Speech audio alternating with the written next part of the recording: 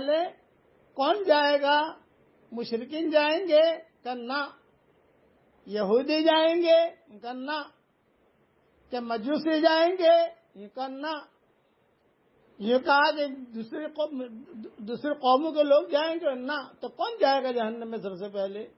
وہ دین کے کام کرنے والے، وہ قرآن کی خدمت کرنے والے جو قرآن کی خدمت کرتے تھے، دین کا کام کرتے تھے، لیکن ان کی نیتوں میں کھوٹ تھا. یہ حدیث سن کر صحابہ بہت روتے تھے. صحیح روایتوں میں یہ حدیث آتی ہے.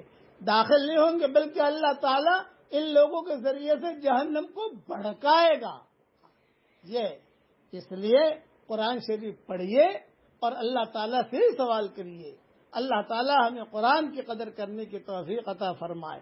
آمین. وآخر دعوانا الحمد للہ رب العالمین.